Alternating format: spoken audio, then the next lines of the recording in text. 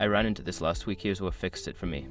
Updating your profile details on Revolut is straightforward, and I'll walk you through it step by step. Step 1. Open the Revolut app. Launch the Revolut app on your smartphone. Make sure you're logged into your account to access your profile settings. Step 2.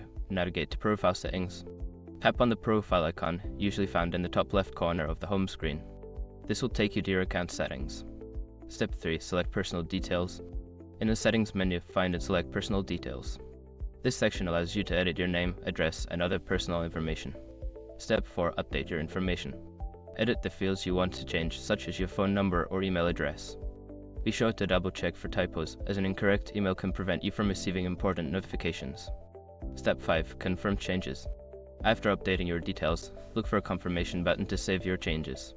You should receive a notification confirming that your profile has been updated successfully.